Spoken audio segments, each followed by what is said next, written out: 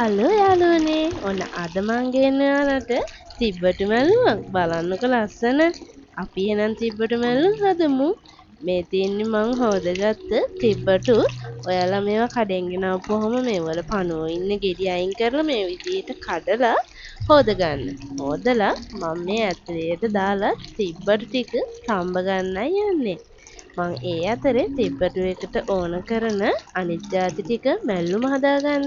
ඒ ටික තමයි මේ ඔයාලට පෙන්වන්නේ. මේ රතු ලුණු මං රතු ලුණු ගිරි 3-4කුත් මේකට දාගන්නවා.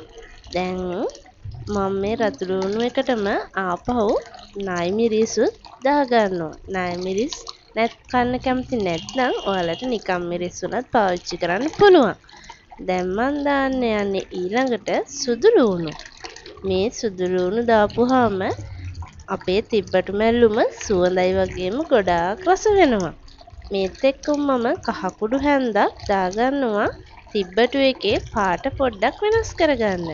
ඒ වගේම තිබ්බටු එකට තවත් ඔයාලට කැමති නම් ගම්මිරිස් දාගන්නත් පුළුවන්. ගම්මිරිස් වලිනුත් කෑම වලට රසක් එකතු වෙනවා. ඒ වගේම මේ දාන්නේ ලුණු. මේ ලුණු කුඩුත් ඔයාලගේ රස මට්ටම අනුව දාගන්න. දාලා මේ ටික හොඳට කොටා ගන්න ඕනේ.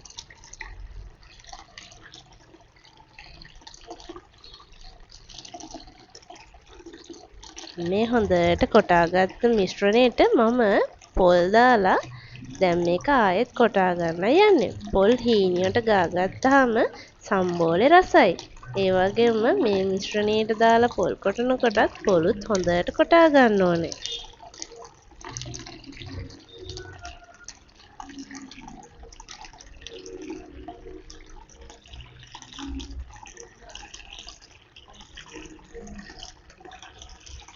පොල් සම්බෝලේ බලන්නකො ලස්සන.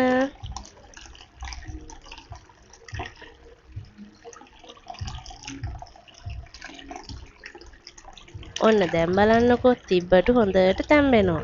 මේ විදිහට තිබ්බටු තැම්බෙනකොට මම ඇතිලියකට පොල් තෙල් ටිකක් දාලා මේ විදිහට රත් කරගන්නවා. ඒ රත් වෙන තෙල් එකට මම අබ මේස හැන්දක් දාගන්නවා. අබ ටික හොඳට බැදීගෙන එනකොට මේකෙන් අමුතු සුවඳක් වගේම රසකුත් එකතු වෙනවා.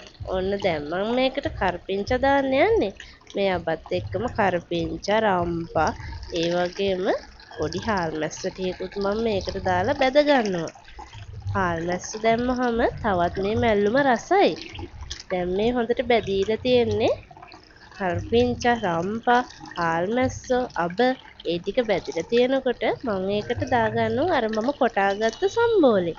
දැන් මේ සම්බෝලෙත් දාලා මේක ටිකක් මලව ගන්න. මේක මේ විදිහට හොඳට ඇතිලිය මලව ගත්තාම තවත් රසවත්.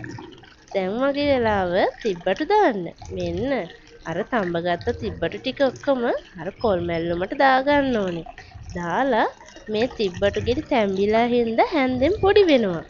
දැන් මේ තිබ්බටුයි පොළුයි ඒ ටික ඔක්කොම හොඳට එකතු වෙන්න තිබ්බටු පොඩි වෙන්න හොඳට තලා ගන්න. මෙන්න මේ විදිහට හැන්දෙන්ම තලපුවාම තිබ්බටු ටික පොඩි වෙනවා.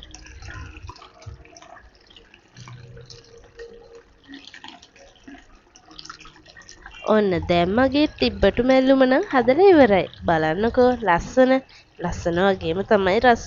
ඔයාලත් හදලා බලන්න. තිබ්බටු කන්න අකමැති කෙනෙක් ඉන්නවා නම් මේක දීලා බලන්න අනිවාර්යයෙන්ම කනවා. ඔයාලත් හදලා මට රෙසිපි එක කියන්න කොහොමද කියලා. ඔන්න මගේ උදේ කෑම එක. එහෙනම් අපි ආයෙත් දවසක හම්බෙමු. බයි බයි.